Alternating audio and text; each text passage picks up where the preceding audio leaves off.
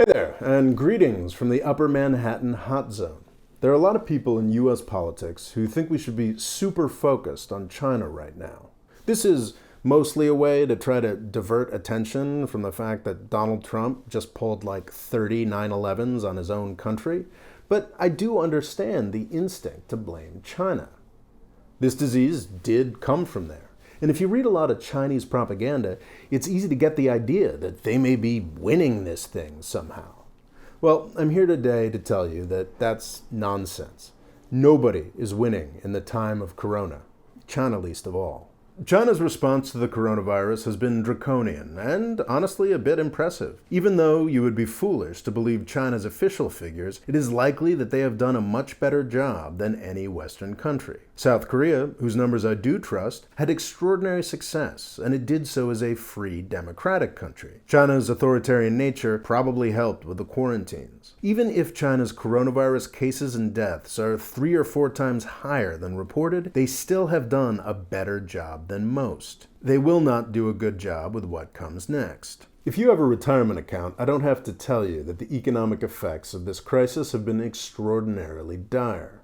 But I don't think markets and policymakers have yet realized just how dire this is.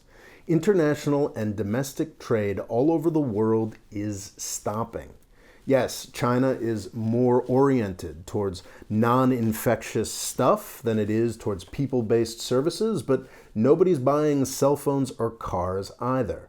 One of the surprising developments of the past few years is just how durable China's economic miracle was in the face of Trump's trade war. It's not the 1990s or the aughts anymore. As recently as 2008, a full third of China's GDP relied on exports. In the world before coronavirus, it was down to 20%. And China's own internal consumption was a much bigger driver of growth. Trump's tariffs weren't great, but in practice, it just meant that other countries took China's exports. Coronavirus is something else entirely. There isn't anywhere else to export.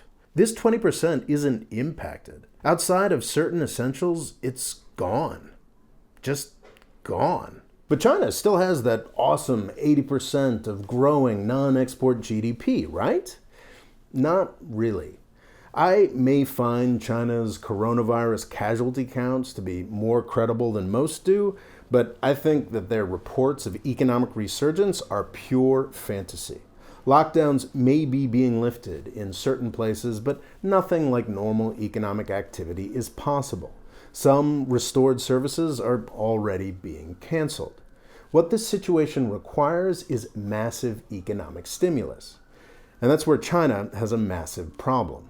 It's a little recognized fact, but China probably did more to drag the world out of the 2008 financial crisis than anybody else did. The US and Europe initially did a lot of stimulus, but by 2010 at the latest, they backed off in the name of fiscal stability, opted for austerity, and fell into the anemic economic growth we've experienced ever since. This wasn't an option for China's Communist Party. Their whole justification for power is rapid improvement in living standards, so they pulled out all the stops to keep things going. As a centralized authoritarian government, they could do things other countries couldn't. The central government put a ton of debt on its own balance sheet, but it also forced local governments and state-owned enterprises to do the same. State control of banks also ensured a growth-saving explosion of money lending that also carried most of the rest of the world along with it. The problem is that this debt burden is completely unsustainable, and unlike the United States, China doesn't get to print the dollars the world runs on. China's annual growth has gotten smaller as they have tried to take steps to deal with the debt load. Now that the next crisis has arrived, China has a much smaller toolbox than last time. They simply can't do the same kinds of stimulus. The story of the world economy for the rest of 2020 is going to be one of major governments doing progressively more and more ridiculous sounding things to keep the economy alive. Last week, the Federal Reserve announced that it was willing to do essentially anything to keep certain debt markets alive.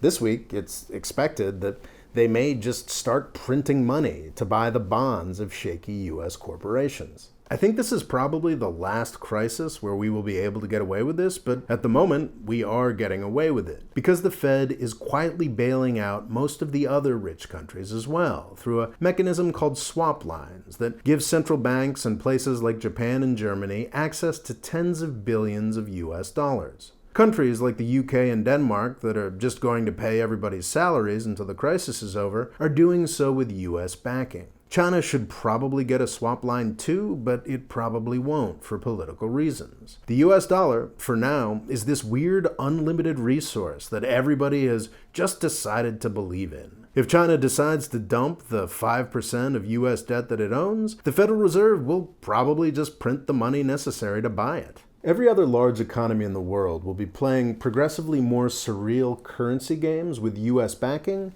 while China remains mired in what we used to think of as the real world. China will not be able to do a 2008-style stimulus, and it can't even slash its interest rates to zero the way many other economies have. As its economy shrinks for the first time in decades and international trade disappears, the chances of a serious economic crisis in China will rise.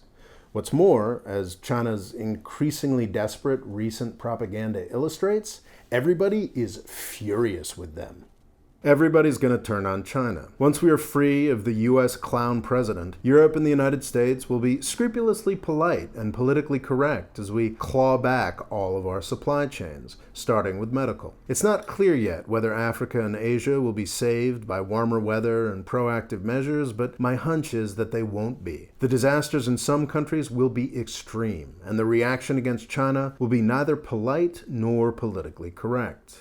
China is a powerful place, filled with brilliant, hard-working people who could stun the world with their response to this adversity. At this point, they pretty much have to. I'm saying that China needs a miracle. It's not guaranteed, but I think it's pretty likely that China will experience a political crisis to go along with its economic crisis at some point this year or the next. You don't need to worry about fighting against this country. China is likely to end up the biggest loser of the coronavirus crisis, as well as the first loser. Thanks for watching. Please subscribe and click on the bell next to the subscribe button to get notifications whenever I upload a video. Thanks.